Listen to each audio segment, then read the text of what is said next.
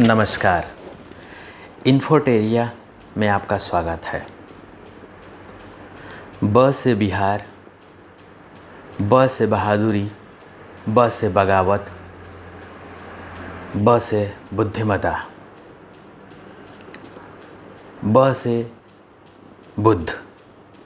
जी हाँ, मैं मनीष मिश्रा आज बिहार से संबंधित कुछ चीज़ें आपके समक्ष लेके आया हूँ। मैंने ये इंट्रोडक्शन क्यों दिया? ब से बिहार, ऑब्वियसली बिहार।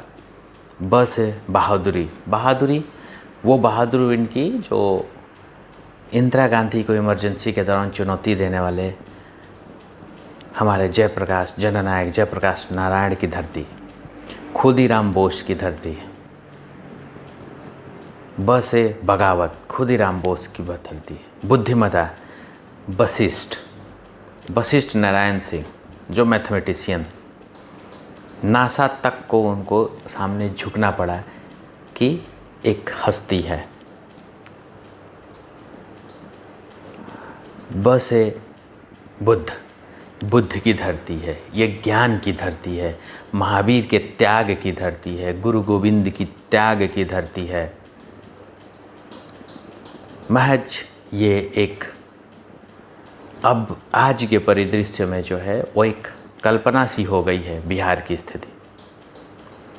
और आज जो स्पेसिफिकली हम बात करने वाले हैं, एक ऐसे व्यक्ति की, उसे या तो किंग या किंग मेकर आप कह लें, या फिर उनको थोड़ा स्पेसिफिक हो, आजकल उन्हें सूत्रधार के नाम से जाना जाता है, और थोड़ा स्पेसिफिक कर लें तो पीके के नाम से जाना जाता है।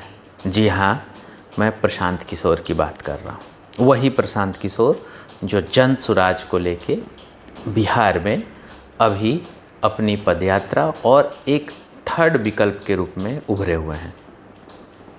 ये प्रशांत किशोर अप्रॉक्स अभी 48-49 ईयर्स के हैं। इनका जन्म रोहतास के कोनार गांव में हुआ था। इनके पिताजी एक डॉक्टर थे। पढ़ाई बिहार से ही हुई, फिर इनके पिताजी बक्सर में आके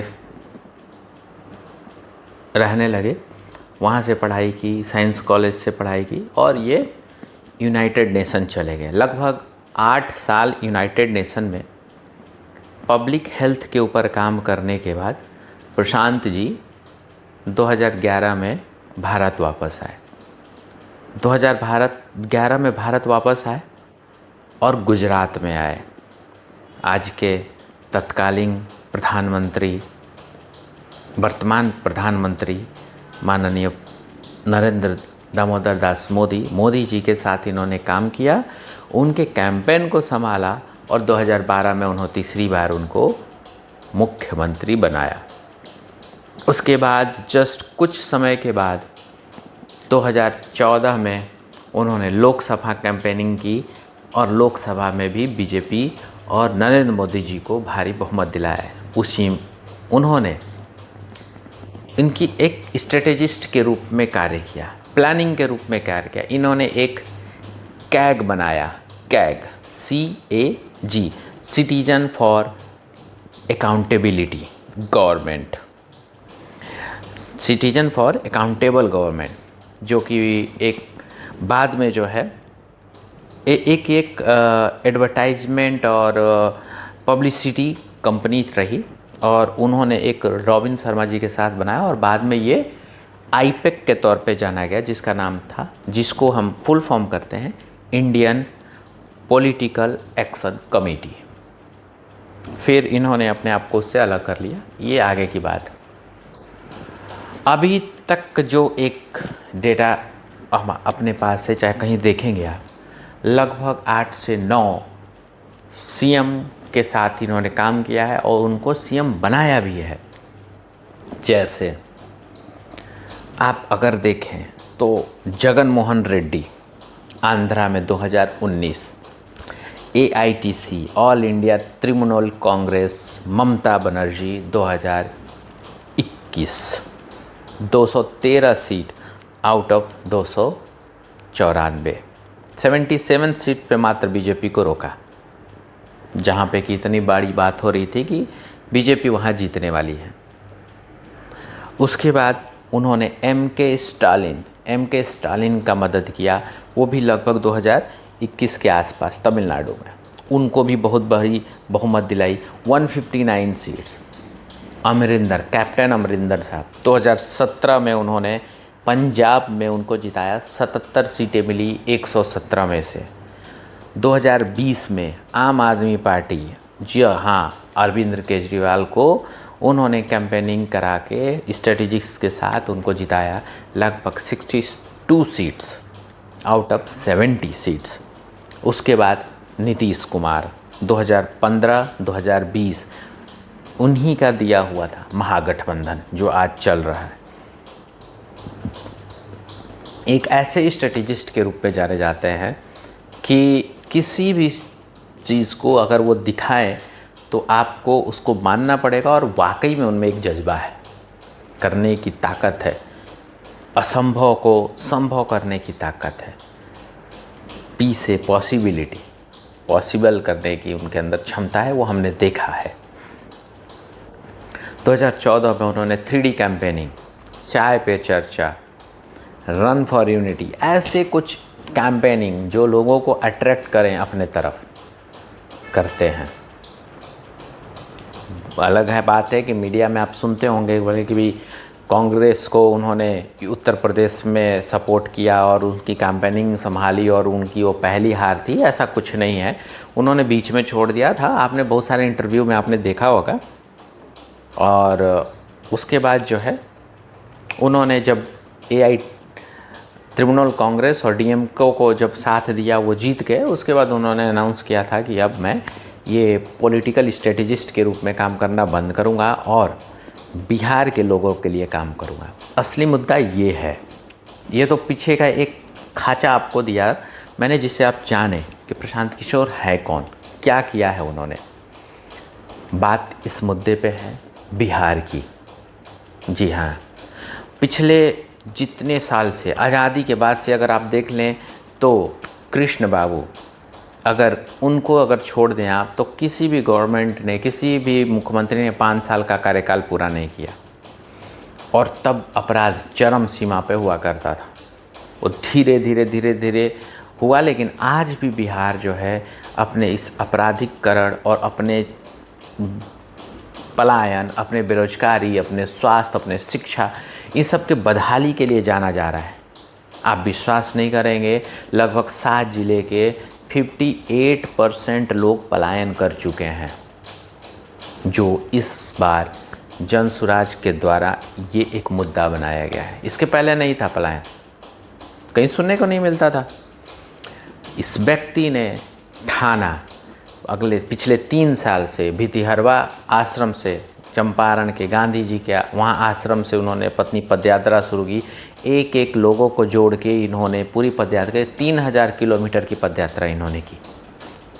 एक जगह को जाना, लोगों से मिले। कहीं भी अभी अगर इस चीज़ को देखेंगे तो कौन ऐसा नेता अभी आपको हाल फिलहाल में दिख रहा है पिछले 10-15 साल में, जिन्होंने पूरे देश को चला, पूरे बिहार में चला और लोगों से कनेक्ट करने की कोशिश की। क्या ज़रूरत थी इस व्यक्ति को? करोड़ों की संपत्ति थी, लोगों से मिलना जुलना, उठना बैठना है, कुछ भी कर सकता था। लेकिन इसी व्यक्ति को क्यों ज़रूरत पड़ी? क्योंकि इसने असंभव को संभव करने का प्रयास किया, और पिछले 3 सालों में इन्होंने घूमा, हमने इस चीज़ को देखा है। जगह जगह ये कैंप लगा के लोगों को बता के कि भाई आप जो है अपने बच्चों के लिए वोट करिए, आप अपने बच्चों, ये कभी आप उनके उस चीज़ में देखेंगे कि कभी उनके द्वारा कोई ऐसी बात नहीं बोली गई है कि अगर बीजेपी का कोई कैंडिडेट अच्छा है तो और मेरा कैंडिडेट ख़राब है तो मेरी कैंडिडेट को वोट दीजिए। उन्होंने हमेशा यही कहा है कि जो कैंडिडेट आपको अच्छा लगे उसको वोट दीजिए कंपैरेटिवली। मेरे वाले को ज़रूरी नहीं है कि जनसुराज को जिताना है, कैंडिडेट अच्छा होना चाहिए। और आज वो देख रहे हैं, पिछले कुछ सालों में, पिछले कुछ वर्षों में आप देख रहे होंगे कि लोग किसी बाहुबली को, किसी बालू माफिया को, किसी शराब माफिया को वो टिकट दे रहे हैं। जो जितना बड़ा अपराधी है उसको टिकट मिल रहा है। अनंत सिंह को देख लीजिए, सूरजभान सिंह को देख लीजिए, ऐसे तमाम बाहुबली हैं। सूरजभान सिंह वही जो कि 1993 के अप्रॉक्स जो थे कि भाई कुछ गुंडे हुआ करते थे, चाहे कुछ शिव प्रकाश शुक्ला के साथ नाम जोड़ा जाता। ऐसे लोगों को क्या ज़रूरत है? आप ऐसी छवि के लोगों को दीजिए जो अच्छे हैं।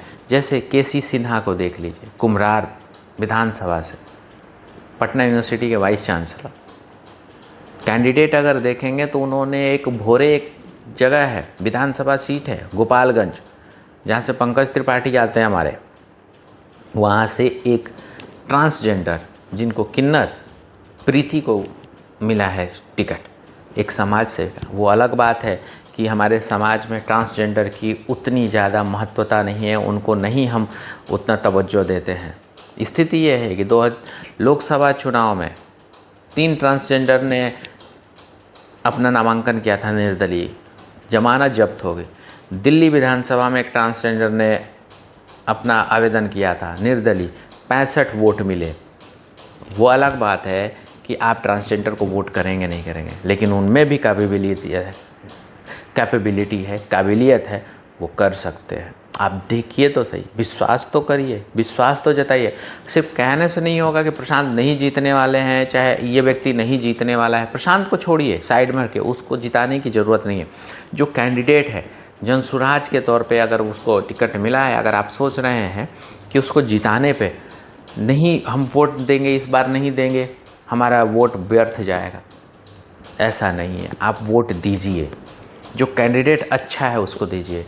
मैं अपनी बात कह रहा हूँ कि लोकसभा चुनाव में हमारे बक्सर विधानसभा से, लोकसभा सीट से आनंद मिश्रा तत्कालीन अभी जो बीजेपी के कैंडिडेट हैं उनको मैंने वोट किया था। क्यों? इंडिपेंडेंट कैंडिडेट थे, आईपीएस थे। ऐसे तमाम ब्यूरोक्रेट्स, तमाम डॉक्टर, एडवोकेट और तमाम ऐसे जो है एडमिनिस्ट्रेटिव ऑफिसर्स जो है जिनको टिकट मिला है, जिनको विधानसभा चुनाव लड़ने के मिला, उनको सेलेक्ट करिए ना। क्यों दूसरे को सेलेक्ट करना है? ऐसे 7वीं फेल, 9वीं फेल, 10वीं फेल जो जिनके ऊपर आपराधिक बहुत सारे मामले हैं, नहीं, आप अपने लिए अच्छा भविष्य चुनिए। बात अब आगे आते हैं कि भाई 2024 में 2 अक्टूबर को उन्होंने पार्टी बनाई जनसुराज। जगह जगह कैंप लगते हैं, छोटे छोटे कैंप लगते हैं, हजारों मतलब करोड़ों रुपए खर्च हुए। कैंप में लोग रह रहे हैं, वहाँ उनको रहने खाने की व्यवस्था मिल रही है, और उनको जो व्यक्ति अपनी इच्छा से वहाँ जा रहे हैं, अच्छी चीज़ें बताने के लिए कि भाई आप बदलाव के लिए कार्य करिए, लोगों को जागरूक करें, जनसुराज को घर घर तक पहुँचाने के लिए कार्य करिए। वो कार्य कर भी रहे हैं और उनसे उनको फ़ायदा भी हो रहा है। करोड़ों के कार्यकर्ता जुड़े, लोग जुड़े। क्यों जुड़े? इस बदलाव से कि जो 90s के दौर में जो कह रहे हैं कि समाजवाद पे काम किया, वाकई में लालू यादव के द्वारा किया गया, समाज के लिए काम किया गया। उन्होंने लोगों को आवाज़ दी बोलने के लिए, लेकिन उन्हें पढ़ाया नहीं, लिखाया नहीं। आरक्षण देने से क्या मतलब है? आपने शिक्षा नहीं दी, अभी स्वास्थ्य नहीं है। इस सब चीज़ों पे बात करिए आप। इन सब चीज़ों पे आप कब बात करेंगे? आपके शिक्षा का बजट जो है बिहार का 40,000 करोड़ है, अभी 25-26 में 60,000 करोड़ है। शिक्षा कहाँ है? शिक्षा ज़मीनी स्तर पे, धरती पे, धरातल पे है ही नहीं। आपने बीपीएससी में भी देखा होगा, लोग जाके खेतों में ज्वाइन कर रहे हैं।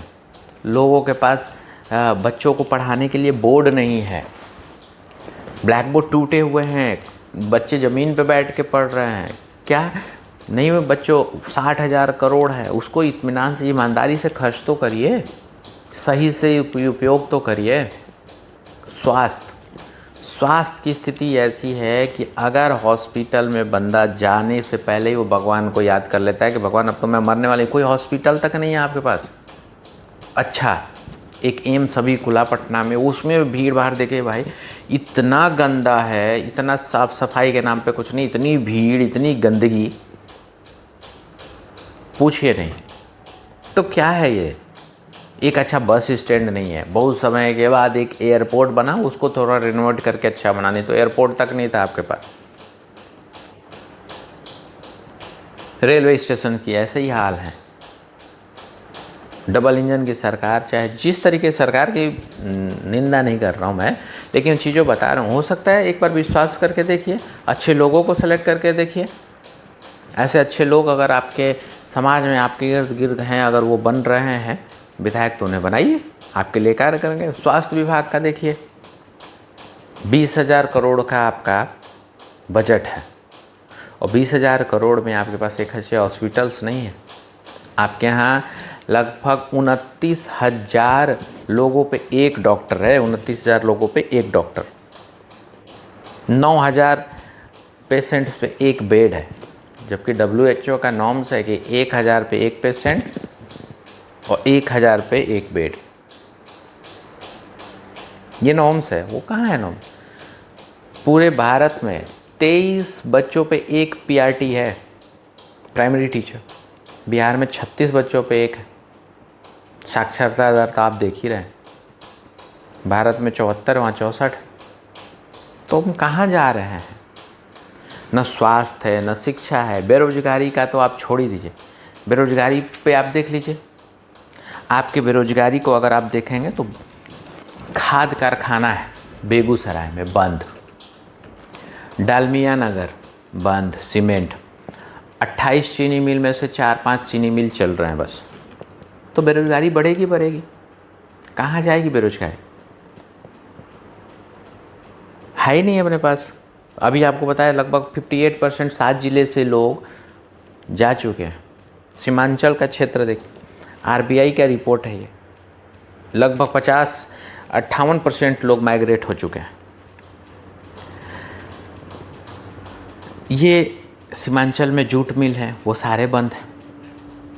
तो सिर्फ हमें अपने ऐतिहासिक चीज़ों को याद करके काम नहीं चलने वाला है, हमें अपने आप को बदलना होगा। बिहार के लिए अगर आपको विकल्प मिला है तो उसको एक्सप्लोर करिए, उसको एक्सेप्ट करिए, नए लोगों को दीजिए, बदलाव के लिए कार्य करिए, चाहे कोई भी हो। उस व्यक्ति ने मेहनत किया है तो वाकई में मेहनत किया, उस धरातल पे देखिए, उतर के देखिए। उतना प्रयास करना आपके बस की और हमारे बस की बात नहीं है। एसी में बैठ के, घर में बैठ के बातचीत करना बहुत आसान है, लेकिन ग्राउंड पे उतरिए, इतने धूप में, चिलचिलाती धूप में, बरसात में, ठंड में, BPSC के लोगों के बच्चों के लिए धरना देना, ये सब करना, मतलब आपको जगाने का एक अलग जगाया तो है कम से कम, उसके लिए आप कार्य तो करिए, उसमें बैठिए, उससे मिलिए, उसके लिए कार्य करिए। आपके बिहार में देखिए, बच्चों पे शिक्षा के लिए 5,000 रुपये खर्च, हिमाचल प्रदेश में 40,000 रुपये खर्च। आपके पास एक अच्छा इंस्टीट्यूट नहीं है, एक IIT है, एक NIT है, 5 इंजीनियरिंग कॉलेज है, 4-5 मेडिकल कॉलेज, और है क्या ले देखे? कुछ नहीं। नाम में मिले तो किसी को मार दीजिए, किसी को डरा दीजिए, धमका दीजिए। अभी रिसेंटली अगर देखेंगे तो जो बाहुबली है उसके खिलाफ़ कोई लड़ेगा नहीं। तो ऐसा समाज थोड़ी बनाना है। बिहार को बदलने की आवश्यकता है, हम लोग मिल के बदल सकते हैं। अपराधीकरण कितना रहा, अभी बीच में देखेंगे प्रशांत ने जिक्र किया, शिल्पी गौतम, लक्ष्मणपुर बात है। अभी 2023 में अगर आप देखेंगे छपरा में मॉब लिंचिंग, उसके बाद बहुत सारे हैं, 12 हत्याकांड, बथनी टोला, खगड़िया हत्याकांड, मधुबनी हत्याकांड, रोहतास का हत्याकांड, ये सब होते ही रहेंगे। अभी रिसेंटली कुछ दिन तक जब से चुनाव आया है, पटना में किसी व्यापारी को गोली मार दिया, कोई किसी घर पे गोली चला के फिरौती मांग रहा है। आप चला नहीं पाएंगे। RJD के लिए जो कहा जा रहा है वो तो सही कह रहे हैं कि वहाँ से लोग आएंगे तो उनके जो है पर लग जाते हैं, पंख लग जाते हैं। ये चीज़ें हैं, ये देखेंगे। लोगों ने बिहार में रहना छोड़ दिया, लोग बाहर रह रहे हैं, पलायन कर रहे हैं। और ज़रूरी नहीं है वो पलायन सिर्फ गरीब के बच्चे कर रहे हैं। हम जैसे, हमारे जैसे, चाहे आप जैसे जो धनी लोग हैं, उनके पढ़े लिखे बच्चे भी पढ़ लिखने के लिए बाहर जा रहे हैं, जॉब बाहर कर रहे हैं। तो बिहार के बदलाव के लिए कार्य करना है, ऐसा नहीं। और जयशंकर प्रसाद की कविता है, वह पथ क्या पथिक कुशलता क्या, जिस पथ पर बिखरे सूल न हो, नाविक की धैर्य कुशलता क्या, नाविक की धैर्य कुशलता क्या, जब धाराएं प्रतिकूल न हो। धाराएं अभी प्रतिकूल हैं, वाकई में अभी सब जेडीयू, आरजेडी, कांग्रेस, बीजेपी, इस पे विश्वास है, लोग जुड़ रहे हैं उस पे आगे बढ़ने के लिए। उसके प्रतिकूल जाके, अगेंस्ट जाके लोगों ने, इस व्यक्ति ने कार्य किया है, प्रशांत किशोर ने। आज मीडिया का क्या हाल है, मीडिया में अगर आप देखें तो अच्छे अच्छे मीडिया वाले है ही नहीं। रवीश कुमार देखिए, नज़र नहीं आते बेचारे, उनको अपना यूट्यूब चलाना पड़ा। अच्छी पत्रकारिता रही नहीं है, लोग सिर्फ ऐसी चीज़ें दिखा रहे हैं, ऐसी चीज़ें दिखा रहे हैं जो सिर्फ अब क्राइम को, मतलब अगर आज तक और एबीपी चाहे ऐसे कुछ न्यूज़ चैनल्स आप देख लें तो उसमें मतलब कुछ वैलिड चीज़ें, नेशनल डीडी न्यूज़ कौन देख रहा है? इतनी पब्लिसिटी होती है, इतना कॉमर्शलाइजेशन हो गया है, सब कोई इसको मार के फेंक दिया, इसने कर दिया, वो कर दिया, कुछ नहीं। अभी रिसेंटली अब पुण्य प्रसून वाजपेयी एक हुआ करते थे, वो भी नज़र नहीं आते। अभिसार शर्मा, वो भी नज़र नहीं आ रहा है। वो सब लोग हट गए ये पत्रकारिता के नाम पे, पर वो ऐसे पत्रकार बच गए जो सिर्फ इधर उधर चाटुकारिता कर रहे हैं। लोगों ने जो कुछ पैसे दे दिए, चाहिए दे, कुछ लालच दे दी, उसमें लगे हुए हैं, अपनी सेखी बगाने में लग रहे हैं, दूसरे की सेखी बगाने में लग रहे हैं। फोर्थ स्तंभ है लोकतंत्र का, उसको दिखाइए। लोकतंत्र में यही तो है, 5 साल के लिए आपको सत्ता मिली हुई है, उसमें अच्छा करिए, आप बदलिए भाई, आप बदलिए। क्यों नहीं बदल रहे हैं? आप हमेशा आरजेडी के डर से बीजेपी और जेडीयू को वोट दे रहे हैं। इस बार आपको तीसरा विकल्प मिला है, आप आरजेडी और जेडीयू को छोड़िए, बीजेपी और कांग्रेस को छोड़िए, जनसुराज को सेलेक्ट करिए। अपने अच्छे, जनसुराज को भी नहीं सेलेक्ट किया, अपने अच्छे कैंडिडेट को सेलेक्ट करिए, उसको देखिए कि अगर व्यक्ति अच्छा है तो उसको ज़रूर वोट दीजिए, उसको ज़रूर जिताइए अपने क्षेत्र से, और अपने क्षेत्र के विकास के लिए वोट करिए, ना कि किसी के बहकावे में आके, ना ही किसी के कहने में आके। ऐसा वोट ना करें। मेरा यहाँ अभी ये वीडियो बनाने का और ये तात्पर्य सिर्फ यही है कि किसी भी पार्टी और किसी विशेष को जाके वोट ना करें। अपने कैंडिडेट को देखें, उसको परखें, दोनों तीनों आसपास में जितने भी कैंडिडेट हैं उनसे मिलाइए, बातचीत करिए, उनको देखिए क्या कर सकते हैं, अपने मुद्दों के लिए वोट करिए जो आपके लिए कार्य कर रहा है। और वाकई में जो व्यक्ति बदलाव के लिए कार्य किया हुआ है वो आपको धरातल पे दिख रहा होगा, और पूरा जो है उस चीज़ के समर्थन में आपका समर्थन होना चाहिए, अच्छे कार्य के लिए समर्थन होना चाहिए। जय हिंद, जय भारत।